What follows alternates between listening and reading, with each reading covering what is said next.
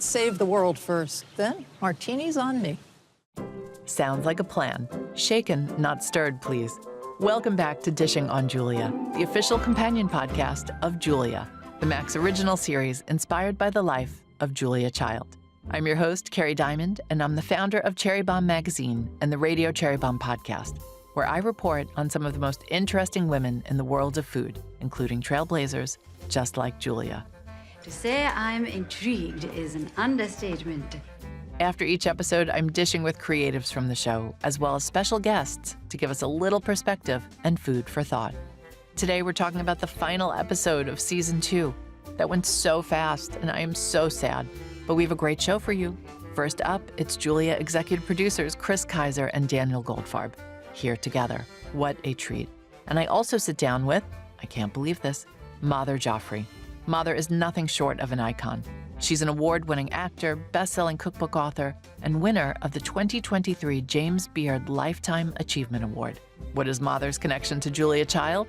Stay tuned. Friends, for the final time this season, I am sounding the spoiler alert. If you're listening to this before you watch the episode, just be warned. Spoilers ahead. Here we go. Now let's go put on a show that'll leave them wanting more. Episode 8 kicks off with Julia placating an old friend she's been avoiding, Frank Bludger from the FBI, played by Paul Guilfoyle. Frank is blackmailing Julia and threatening her crew at WGBH. Julia and Paul rally the troops to try to beat the FBI at their own game. Meanwhile, in New York, Blanche Knopf shocks Judith with an apology for her wretched behavior. I need to get this off my chest or it will kill me. I've been too hard on you. Not to sound maudlin, but I need to say this so I know it has been said. Follow your heart. Judith indeed follows her heart, right to a lunch with future cookbook author Madhur Jaffrey, played by Meera Rohit Kambani. Stay tuned for the real Madhur's take on this moment. Back in Boston, Alice's boyfriend Isaac attempts a classy proposal, but winds up asking her to marry him as they watch an episode of The Twilight Zone on Alice's couch. Now, I could be a lawyer anywhere, but there's only one Julia, so this is where you need to be. You thought we'd need oysters? Yes! There's more good news. The French chef gets nominated for an Emmy. Simca, however, is not impressed. What is an Emmy? It's an award. Who won that award before? Other chefs? Oh no, it's an award for television. Oh, it's a stupid award. Julia and her crew thwart the FBI with some quick thinking, then later celebrate both their deception and their Emmy nod. Paul leaves Frank with a bit of wisdom. Change. Frank, don't be afraid of it. It's the side you always want to be on. What change will Season 3 bring? There is still so much up in the air for Alice, Isaac, Avis, Marion, Judith, Russ, Albert, Hunter, and will Julia and Paul continue to be each other's rock? Our next two guests hold the answers. It's Julia showrunner Chris Kaiser and creator Daniel Goldfarb. Daniel, by the way, wrote the final episode. Let's chat with our first guests. I felt squeamish all afternoon, but by George, we worked as a team. Everybody played their part and pointed their finger accordingly. I was proud of our motley crew. Chris and Daniel, welcome to Dishing on Julia. So nice to Thank be you, back. yeah. Thank you. And together. This is so exciting. What did we do to deserve the two of you in the same room at the same time? It's really You're nice. the only person ever to ask that. Not true. Anyway, congratulations to the both of you on Season 2. How are you feeling? Daniel. I'm really very proud of the season, and the response has been so wonderful. It's really nice that we get to have this kind of 6-week period where every week a new episode comes out. It was fun to start with all three in France. It's been really exciting to see people get emotionally involved in not just Julia, but in Alice and Elaine, and in Alice and Isaac, and in Stanley and Avis. So that's been really, really rewarding. Yeah, it's also interesting because this year it's such a long delay since we finished shooting. So right, tell everybody you shot in the summer of 22. And wrapped essentially a year ago. So we haven't seen each other very much in a year, and we haven't really seen the show in this form for months and months and months. So in some ways, it's exciting to come back to something that you don't remember quite in the same way. It's a little fresh. On the other hand, I always say it is like Thanksgiving dinner. It's like 2 days to prepare and 20 minutes to eat, and it seems like it's done already, and that's a little... Is it a little bittersweet when a season ends? Yeah. I mean, it'll be so nice when the whole thing is up and people can binge it if they want to binge straight through. So much goes into a show, not just before you're shooting, even before you're in the writer's room, just as exactly as Chris is saying. And then just like that, it's over. I don't know about you, but I like this way of releasing the show one a week, much more than, yes, people can binge it at this point, and that's great, or they will be able to. But you do put a lot of effort into each episode, and when one comes out a week, people watch, and then they think about it, and they talk about it, and it's nice when that happens as opposed to it all being done in a day. I agree. Yeah. I'm not much of a binger, so I like the one at a time, feel like you get to savor it. Since we have the two of you together on the pod for the first time, I'd love to know how you wound up collaborating on Julia. What brought you two together? I know Chris because I worked for him. I worked on a show called Tyrant that he was showrunning, and I lived in his guest house, and we became friends, and he's just the best. And then years later, I was working on Mrs. Maisel, and I had a meeting at 3 Arts to discuss a take on a show about Julia Child, and the meeting went really well. Kimberly Carver, the executive who was on last year, she asked me if there's someone who I'd love to pair with to do it and someone who had more showrunning experience. And I was like, well, what about Chris Kaiser? And she was like, do you think we could get Chris Kaiser? Like it was a moment. And I said, I can try. And I went out with Chris and his wife, Susan, for dinner to this restaurant in Santa Monica. I told him about the meeting and he said, that sounds great. And that's sort of it, right? I mean, is there more to it than that? That's the story. I mean, Yeah. I love Julia. I love working with Daniel. And so we made a pact at dinner to try it. Let's talk about season 2. The season of the show is all about change. Why did that appeal to you thematically? Well, first of all, it's a complicated thing to do a show about Julia Child because it's not as if her life is full of incident, really. I mean, she did some remarkable things, obviously. She made a television series. We talked about that in season 1. But it's not as if her life is full of major drama and conflict.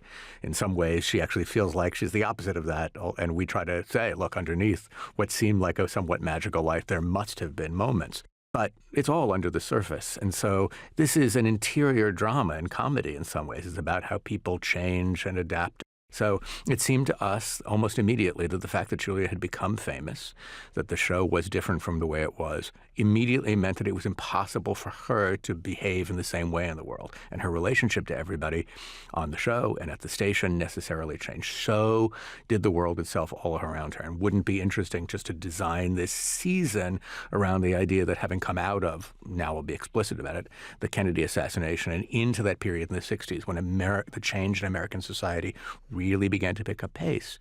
Talk about Julia and all her contradictions and the way in which she was ahead of the world at some points, and at some points still a product of the time in which she was born, how she managed that. Talked about that with Paul in season 1 and how he managed the change in their marriage. So in every way, it just felt to us like a good underlying theme to talk about everyone's life and how they both rose to occasions and sometimes stood in the way of the way the world was moving. Daniel can talk more specifically about it, but it was just a good framework for us. No, I just want to underline what Chris said about Julia's contradictions, because what was fun about doing all the research into Julia is finding those contradictions, and finding them felt like very exciting opportunities for us to dramatize them. So whether it's Julia sometimes said women shouldn't be chefs, women were cooks, and then other times, like Jacques Pepin said the other week, every time she went to a restaurant, she wanted to go to the back and see the women in the kitchen. So those are those contradictions, and it was fun to find ways of dramatizing that. Julia, in some of her letters, said things that were homophobic. But James Beard was one of her closest and dearest friends, and the contradiction of that was something really interesting to us, and we wanted to underline it and dramatize it. So instead of the contradictions confusing us or making us feel like we had to make a choice, which one is she? She was both. And as dramatists, it's very exciting when characters are in conflict with themselves and, again, are going through changes. So in terms of their values and what they believe in. And not only just forward change, but sometimes taking a step back before they take 2 steps forward. And that was really exciting for us to be able to do with Julia. Yeah, and it took a whole season, right? I mean, the very first episode, Julia very firmly comes out on the side of change and being forward-looking in that case from the point of view about what it meant to cook French food and the changes that were going on in French cooking. But it takes her until the episode that Daniel wrote, the last episode of the season, for her really to come to terms with what that means in every aspect of her life, most particularly as a role model for women. Let's talk about the final episode. It's titled Lobster American. Why is Julia making Lobster American? Of all the dishes she could have made, why this? So, two reasons. First of all, just like last year when we ended the season with chocolate souffle, we wanted to end the season with something amazing and something fun to cook and a challenge for Christine, our food stylist. Christine Tobin. And then also there was something, even though there's nothing American about lobster à l'américaine, the fact that it's called lobster à l'américaine and that idea of what it is to be à l'américaine is such a big part of the theme of the episode. So that felt like the perfect lobster dish to choose. We knew we wanted to do lobster and we knew we wanted to work with live lobsters.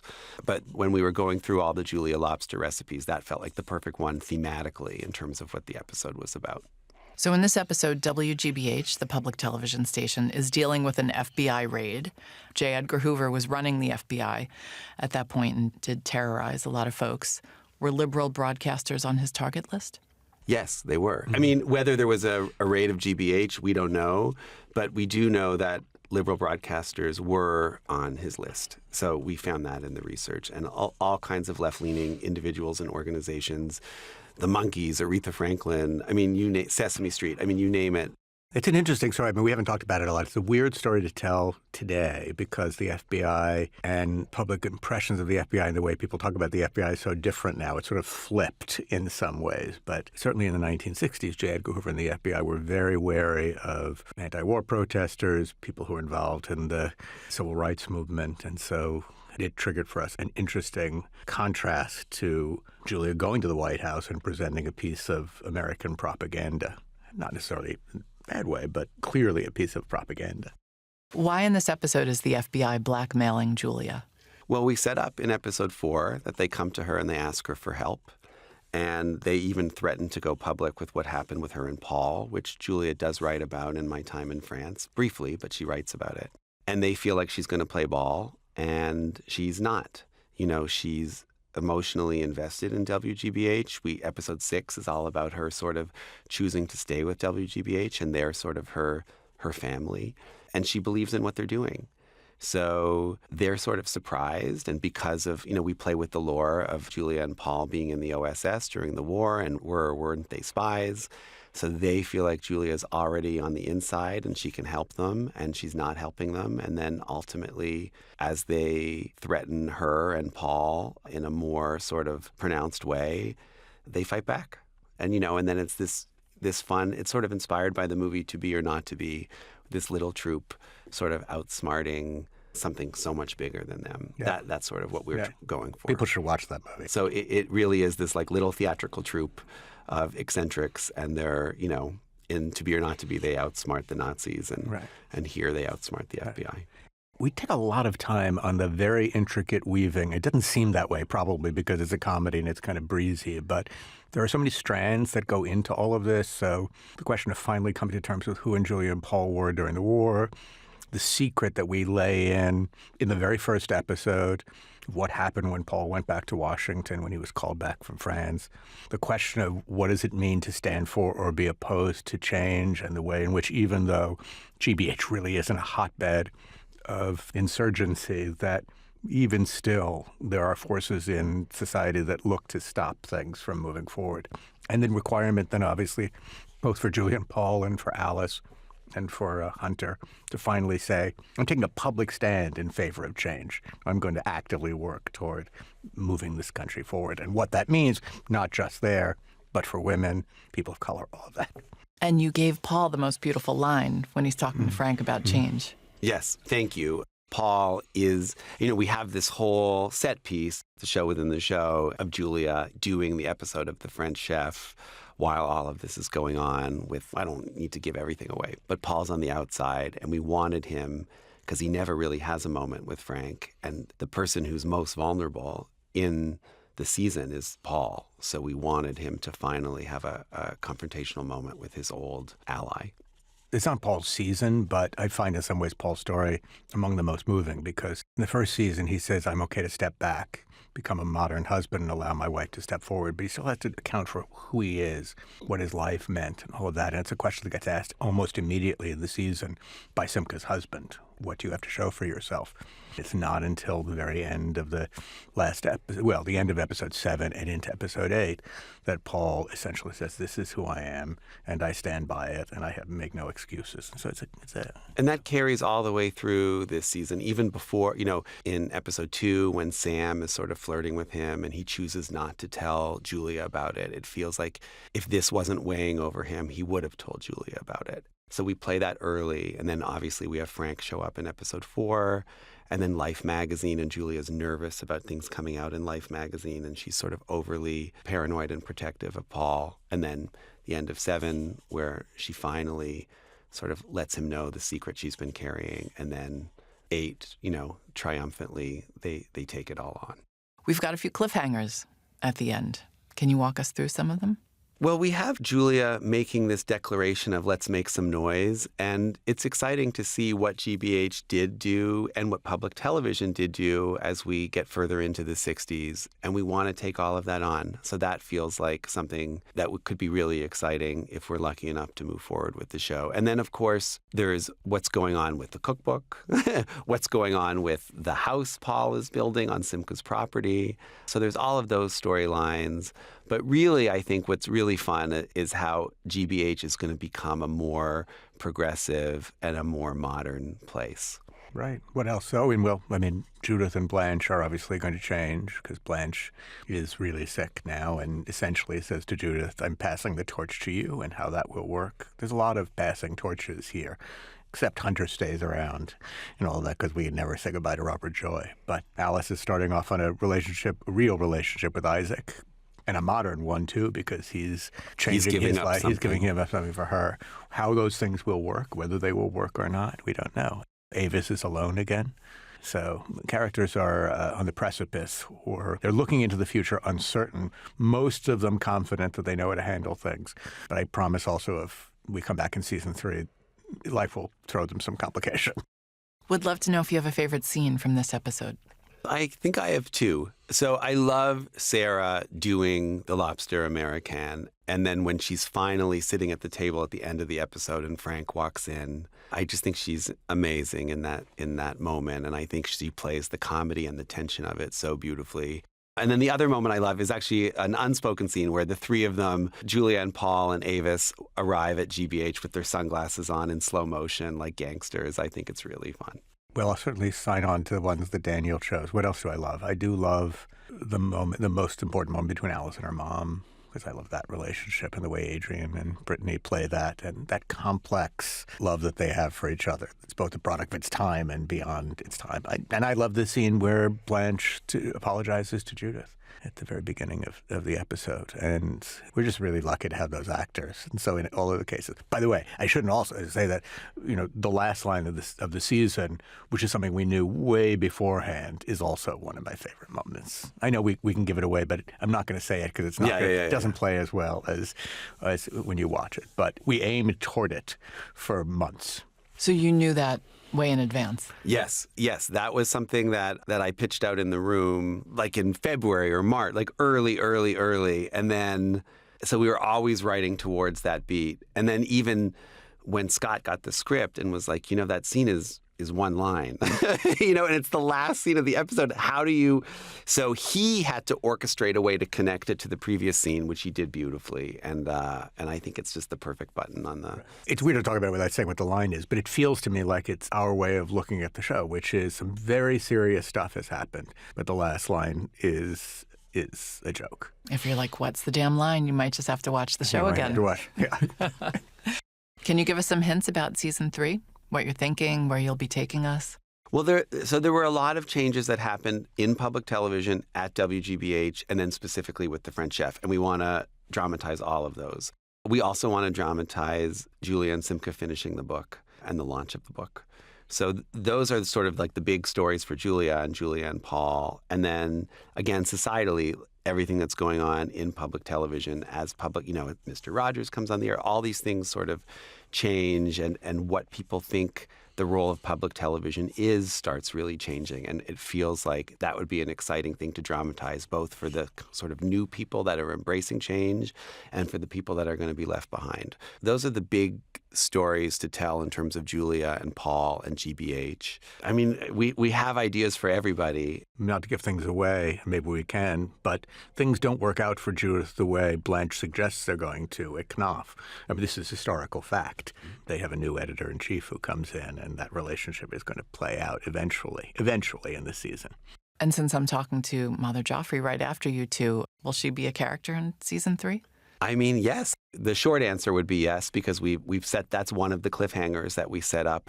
It would be really fun to continue Judith's story as sort of like the editor of the most definitive, iconic cookbooks of her time, starting obviously with Julia, but then continuing with Madhur Jaffrey. So that was very exciting when we found that in the research, and we would love to.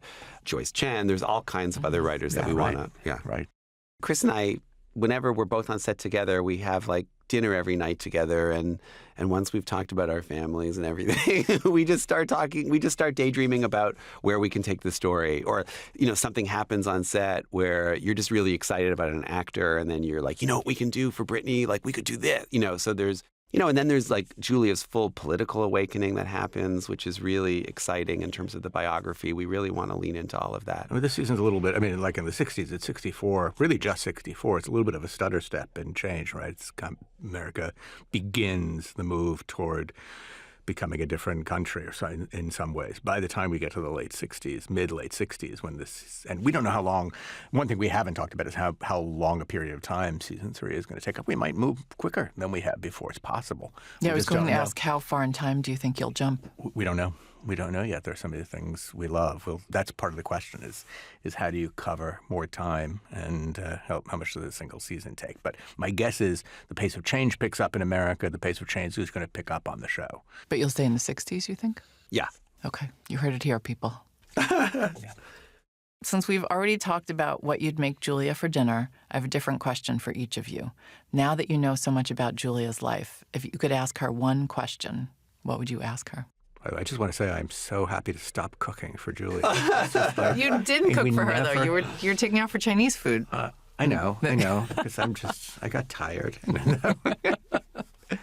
What would I ask her? That's such a good question. It's a hard question. Chris, can you answer it, and then I'll think of it? Well, I was thinking about this. It is a hard question, and I guess this is I think broadly, I would say, what did we intuit correctly, and what did we get wrong? Like, what did we miss in you? Oh, that's beautiful. I love that. I love the idea of her watching the show. Yeah, I'm gonna ask that also. we could just ask together. We could just ask it in the chances of her showing up are pretty low. Yeah. So if we do, we should probably just do it together. Thank you both so much. I'm really sad to end this interview, and I'm so sad the season's over. As always, love working with you and all the people you brought together to make this beautiful show.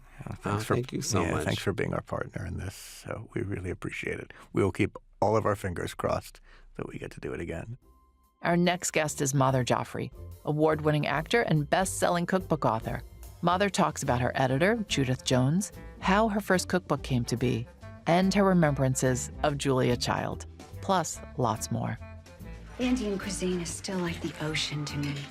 There's so much to explore below the surface. It is a cuisine unfamiliar to most Americans, but one that is as rich and complicated and flavorful as anything out of France. Exactly.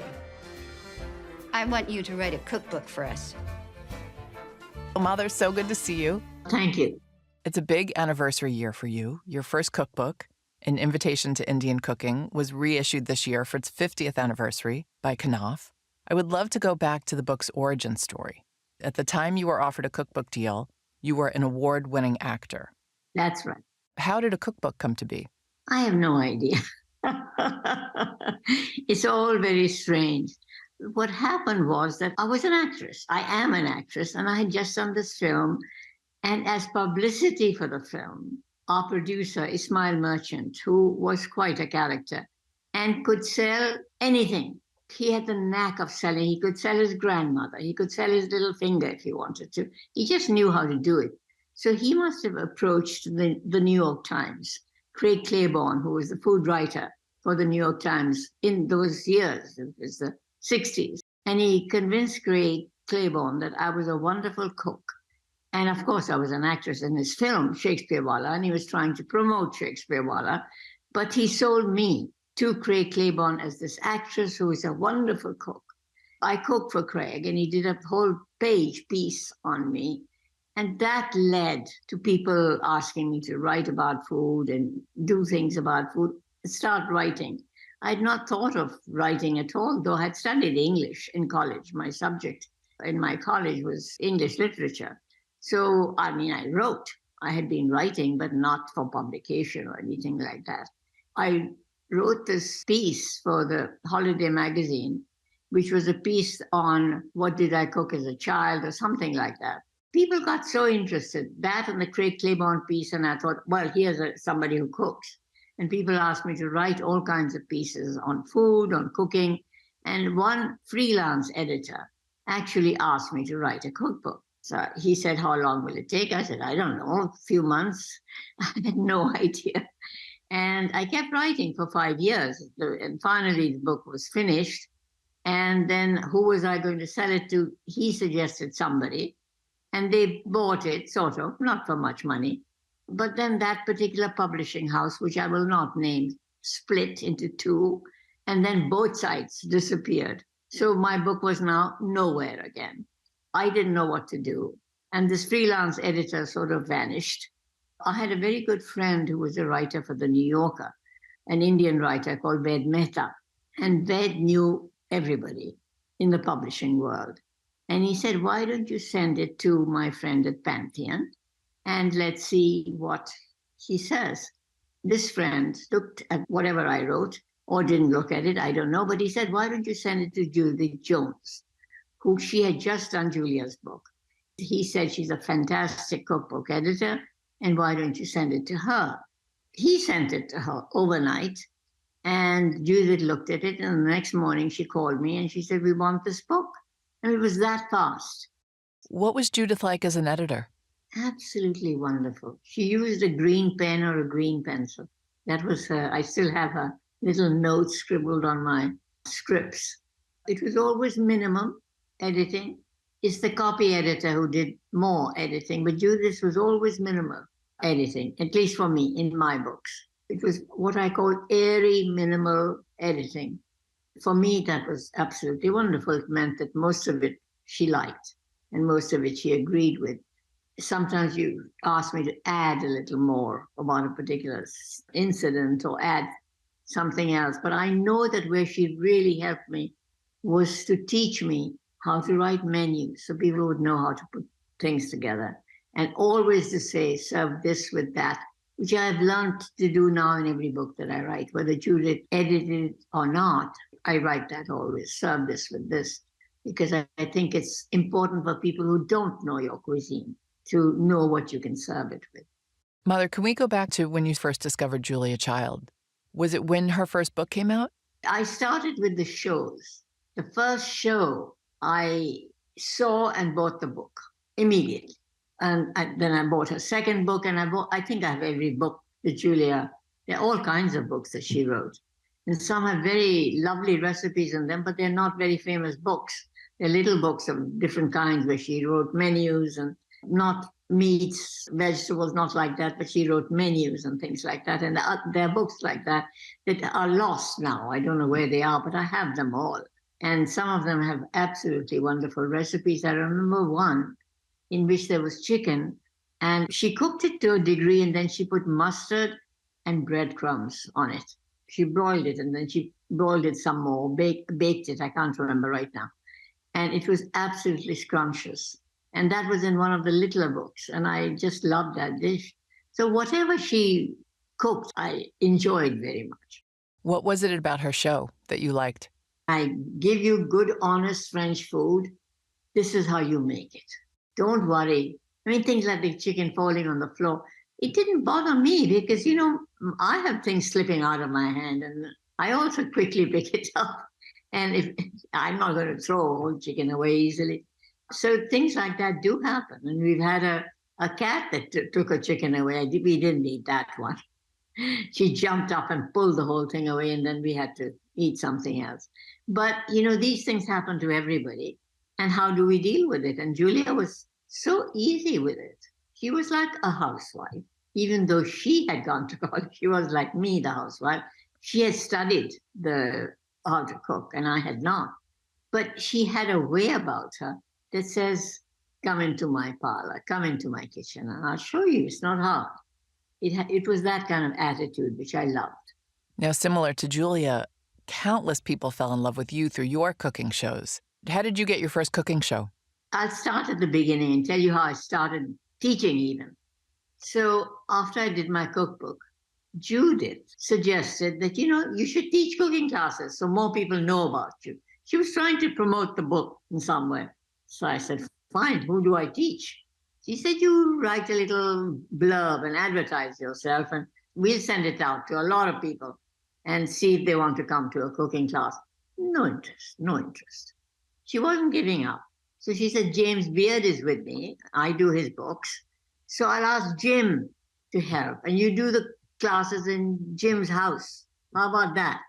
So I said, okay. So we advertised that in Jim Beard's house. And Jim was always there because he's always interested in whatever's going on. He wants to see it being cooked, and he wanted to eat whatever was being cooked. He loved everything. He loved Indian food. He loves all food. I lived on 12th Street, and Jim lived on 10th Street. We were both in the village. And I would go to his house, and we would get 2 or 3 people, one girl from Gourmet, one who worked at Gourmet, one girl who worked in some other magazine. So there'd be 2 or 3 people. And Jim would be at every class. So that's how I started. And then Jim moved. He bought another big brownstone on my block on 12th Street in the village. And he had cooking classes. And he would say to me, why don't you come? Come and help me teach my classes. So I was helping him teach his classes, which were very interesting. And I was learning a lot from his classes. And then he said, you advertise and we'll get people. So being in Jim's house, and we started getting a trickle of people in. And then we had a lot of people, and I was doing regular classes. And then when Jim died, I said I can teach 4 people at a time in my house, which is a tiny, tiny kitchen in my apartment. So I started teaching in my home. And it would be 3.5-hour classes, and people would come, and I would teach them. And then I had written my first book. My first book was out, and I was teaching cooking classes now. And somehow the BBC in England heard that I was teaching classes, and they were looking for somebody to do a TV show. And they knew me as an actress a little bit, and they knew I was teaching classes. And they asked me, they said, would you tape your classes and send them to us? I said, I can tape a class. I can put an audio tape in my class. It's 3.5 hours long, but I can put an audio tape. So I put an audio tape on top of the fridge. And as the classes were going on, it kept recording. And then I listened to it afterwards, and it was so awful. I mean, it was, stop and start and so incoherent.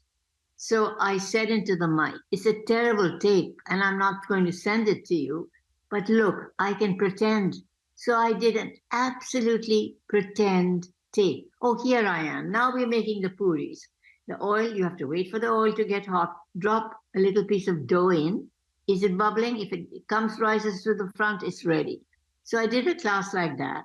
This is my actress coming out in me. And I did half an hour's worth of a class and sent that audio tape to them. Did you take to it very naturally, or were the first few shows a little rocky? How was it? No, I took to it naturally because I did cook at home. So I was used to everything. I was not used to being on display all the time, but you learn, you make mistakes, and you say, oops, and you do it like Julia. Whatever happened, you just keep going. And I'd learned that from her. I also kept going. I remember once the rice got somehow packed in the sieve it was in, and I was putting it into something else, and first it didn't go at all, and then it went all over the place. You just say, oops, and you say, I'll just collect that and put it back. So you keep going. So I think I was at ease. The actress part of me and learning from Julia both made it easier for me. And I could just relax and be myself and not worry about everything else. And you learn to do that. You're nervous, of course, as an actress. I used to be terribly nervous, but you learn to put that away. And once you can put it away, you're fine. Were you surprised when Julia invited you to be on her show, In Julia's Kitchen? I was surprised, but I was also very happy because I had not been to Boston. I'd seen this kitchen forever and ever, but I'd never been to her house in Boston and seen what it looked like. And it was such a lovely, like a family house, like my house is. I feel it's for the family. It's big and you can go from room to room and you feel at ease. And her house had the same kind of feeling. Let's talk about the show, Julia. How has it been for you watching the show and seeing a lot of these folks who you actually know? It's always hard, like to see Judith, who is actually so specifically Judith. To see other people play her is sort of startling every time I see it. But on the other hand, it is fiction and somebody has to play her. But it is hard when you know everyone and you know that's not what they look like. But somehow you try and put it off your mind. But when it's you, you can't.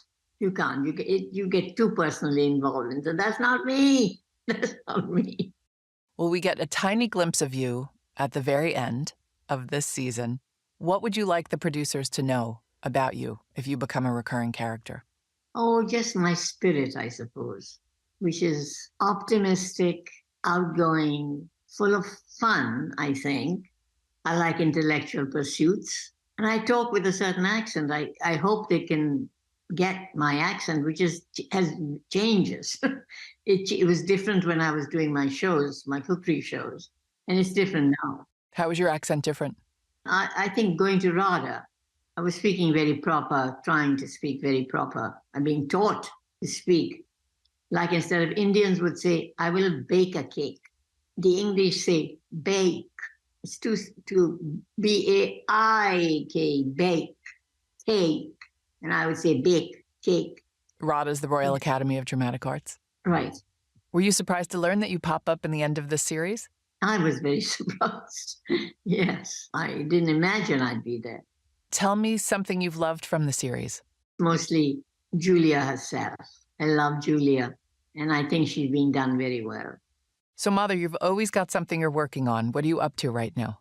I'm working on a cookbook.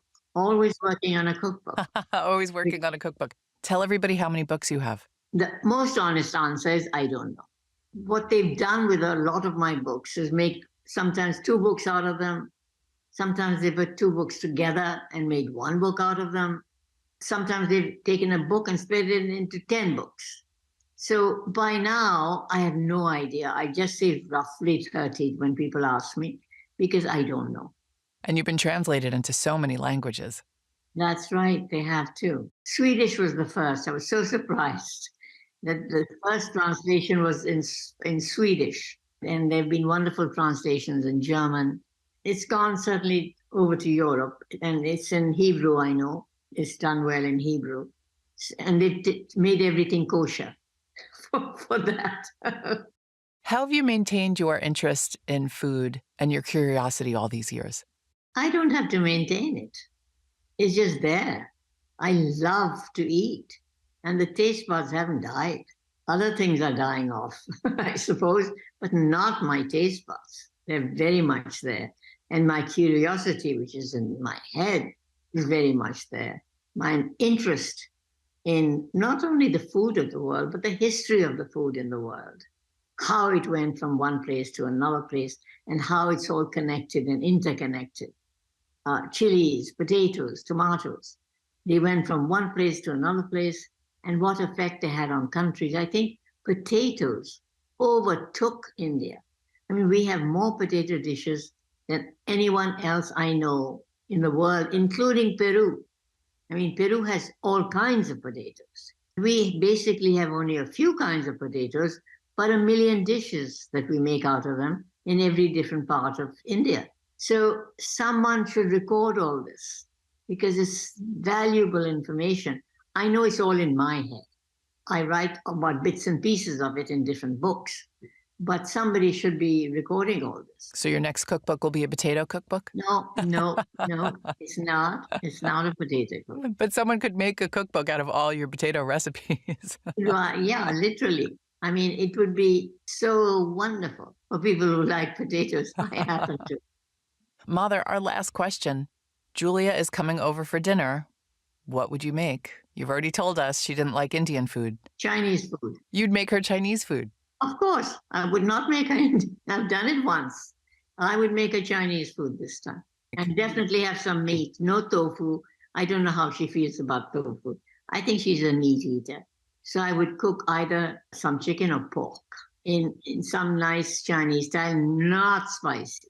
I would just make it with soy sauce and rice wine and things like that. But it would have sauce to it, but it would not be spicy. And I would serve it with plain rice. What would you two talk about? Food.